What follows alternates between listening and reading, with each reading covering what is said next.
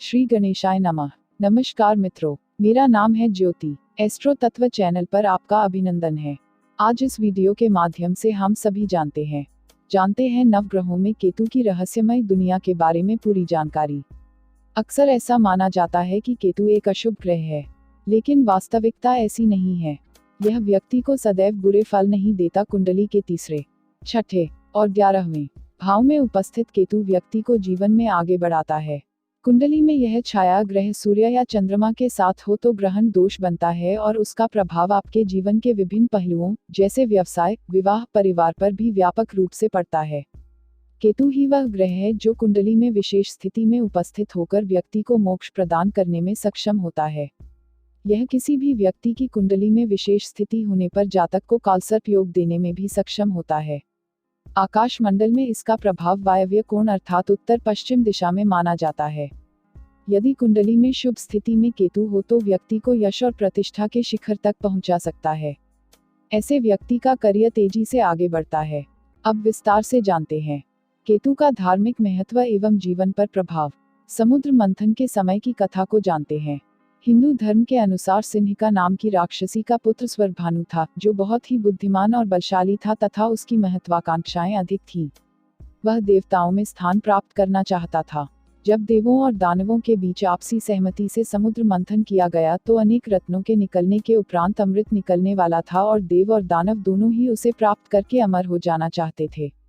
जैसे ही अमृत बाहर आया, देव और दानवों के मध्य लड़ाई शुरू हो गई और दोनों ही उसे अमृत का पान कर जल्द से जल्द अमर हो जाना चाहते थे। भगवान श्रीहरि विष्णु से देवताओं ने सहायता मांगी तो भगवान विष्णु ने मोहिनी अवतार धारण किया और दानवों को अपने मोह पाश में बांधकर सम्मोहित कर लिया तथा देवताओं को अमृत पान कराने लगे। लेकिन स्वरभानु को भगवान विष्णु की यह सारी योजना समझ में आ गई और इसलिए जब सभी देवता अमृत पान कर रहे थे तो वह भी उन देवताओं की पंक्ति में जाकर बैठ गया और अमृत पान की प्रतीक्षा करने लगा। जैसे ही भगवान विष्णु ने अपने मोहिनी अवतार के द्वारा देव रूपी स्वरभानु को अमृत पान कराया, चंद्रमा और सूर्य ने उसको पहचान लिया और उन्होंने तुरंत इसकी शिकायत मोहिनी रूप धारण किए हुए भगवान विष्णु से की। यह देखकर भगवान विष्णु अत्यंत क्रोधित हुए और उन्होंने तक उसी क्षण अपने सुदर्शन चक्र से उसका सर धड़ से अलग कर दिया। लेकिन जब तक यह सब घटना होती, अमृत उसके कंठ में उतर चुका था।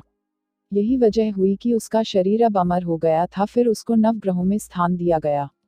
चंद्रमा और सूर्य से प्रतिशोध लेने के कारण ही वह स्वरभानु, जिसका सिर राहु और धड़ केतु के रूप में पहचाना जाने लगा, इन दोनों ग्रहों का ग्रहण करता है, जिसके परिणाम स्वरूप सूर्य ग्रहण और चंद्र ग्रहण की घटनाएं घटित होती हैं।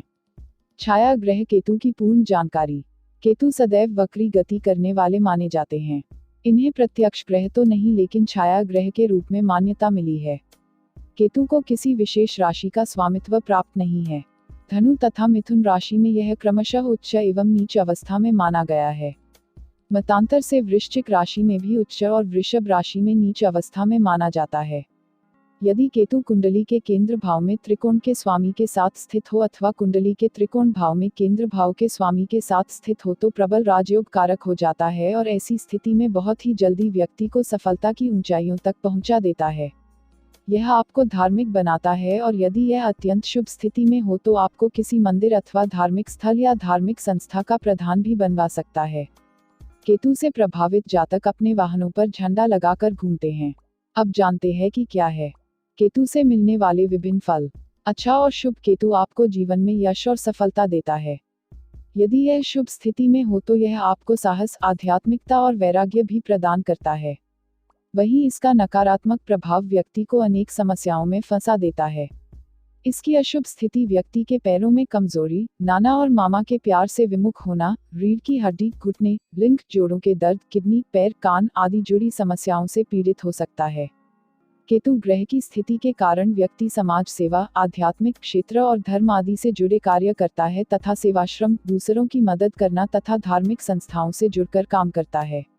जहरीले जीव, भूरे एवं काले रंग के पशु, पक्षी आदि इस छाया ग्रह के प्रभाव क्षेत्र में आते हैं।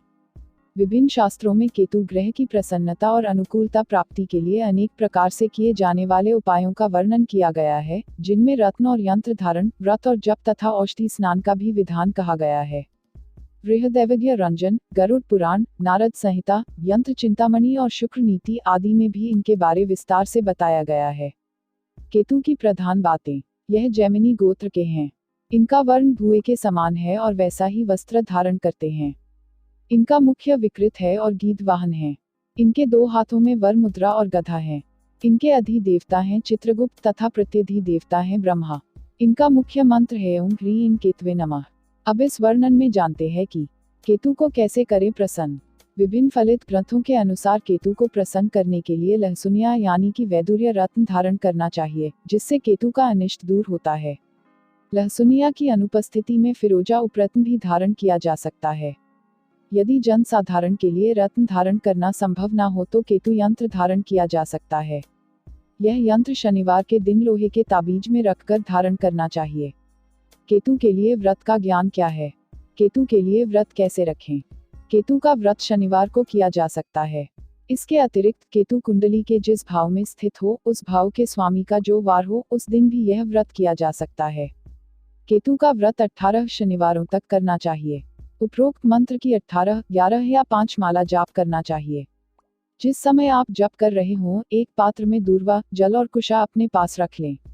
जप करने के बाद इन सभी को पीपल वृक्ष की जड़ में चढ़ा दें। व्रत के दिन भोजन में मीठा चूरमा, मीठी रोटी, समय के अनुसार रेवड़ी और काले तिल से बने पदार्थ खाएं। रात में घी का दीपक पीपल वृक्ष की जड़ में रखकर जला दें। इस व्रत को करने से भय दूर होता है और नाना और मामा पक्ष से अच्छे संबंध बनते हैं। व्यक्ति को यश तथा मान सम्मान मिलता है तथा केतु जनित कष्टों से मुक्ति मिलती है। अब जानते हैं केतु के लिए या केतु का दान। इस छाया ग्रह के दोष के निवारण करने के लिए छाग यानी कि बकरी का दान करना अत्यंत शुभ होता है। इसके अलावा केतु की कृपा प्राप्ति के लिए लहसुनिया रत्न या फिर वैदुर्य अथवा कैटसाइट कस्तूरी तेल, ऊनी वस्त्र, तिल, लोहा, कंबल, उड़द, छाता, काला पुष्प, सप्तधान्य आदि का दान करना चाहिए। ज्योतिष में केतु को मंगलवत कहा गया है, अर्थात कुछ स्थानों पर यह मंगल के समान फल प्रदान करता है। केतु के समान राहु, मंगल और शनि का प्रभाव भी आपके जीवन को बहुत प्रभावित करता है। अब समझते हैं कि केतु के कारण होने वाले रोग। कुछ विशेष परिस्थितियों में केतु अति अशुभ हो जाता है और ऐसे में शारीरिक तथा अन्य समस्याएं भी दे सकता है। यदि केतु वृषभ या मिथुन अर्थात अपनी नीच राशि में शुक्र के साथ स्थित हो अथवा लग्न या पंचम भाव में शनि के साथ विराजमान हो या फिर जन्म कुंडली या गोचर कुंडली में सूर्य के साथ 7वें या 8वें भाव में गोचर कर रहा हो या फिर केतु शत्रु राशि मेष, कर्क, सिंह में स्थित होकर कुंडली के दूसरे, तीसरे, 5वें या 7वें भाव में शनि के साथ स्थित हो और उस पर सूर्य की दृष्टि हो, तो ऐसी स्थिति में यह छाया ग्रह काफी परेशानी जनक साबित हो सकता है। यदि आपकी कुंडली में केतु पीड़ित है तो इससे आपके लिए समस्याएं उत्पन्न हो सकती हैं, जैसे कि हैजा, कैंसर, रक्ताल्पता, निमोनिया, जल जाना, त्वचा रोग, छूत की बीमारी अर्थात संक्रामक रोग, दमा रोग, मूत्र रोग, पित्त रोग, शरीर में खुजली होना, दस्त बंद हो जाना, प्रेत पीड़ा, चित्ती निकलना, तांत्रिक पीड़ा, काला जादू अथवा बवासीर। अब जानते हैं कि क्या है केतु के मंत्र एवं विशेष उपाय। केतु का बीज मंत्र और अन्य मंत्र आपको केतु की कृपा बड़ी ही सहजता से प्रदान कर सकते हैं। ये मंत्र इस प्रकार हैं। उपरोक्त मंत्रों के अतिरिक्त निम्न विशेष उपाय भी बहुत कारगर होते हैं। केतु ग्रह की शांति के लिए किसी मंदिर में जाकर झंडा लगाना बहुत शुभ रहता है। शनिवार के दिन भूरे रंग के कपड़े में काले तिल भरकर दान करना भी अति शुभकारी साबित होता है। केतु को प्रसन्न करने के लिए अश्वगंधा का पौधा लगाना भी अति शुभ माना जाता है। आप केतु के स्वामित्व वाले अश्विनी, मघा और मूल नक्षत्र के दौरान या शनि होरा में उपरोक्त उपायों को करके अधिक लाभ प्राप्त कर सकते हैं। इस छाया ग्रह की शांति के लिए ब्रह्मदेव जी की आराधना करना सर्वोत्तम माना गया है। आप रुद्राभिषेक संपन्न करवाकर भी केतु के दोषों से मुक्ति प्राप्त कर सकते हैं। इसके अलावा यदि केतु की दशा चल रही हो और आपको इसके फल अशुभ मिल रहे हों तो आप श्री भैरव चालीसा का पाठ भी कर सकते हैं। तो मित्रों, हमारे चैनल एस्ट्रो तत्व में दी गई ये जानकारी आपको कैसी लगी, हमें कमेंट कर बताएं। चैनल को लाइक, शेयर और सब्सक्राइब करें और हाँ, घंटी वाले आइकॉन को भी दबाएं। और चलते चलते खुश रहें, मस्त रहें, आबाद रहें, स्वस्थ रहें। धन्यवाद मित्रों।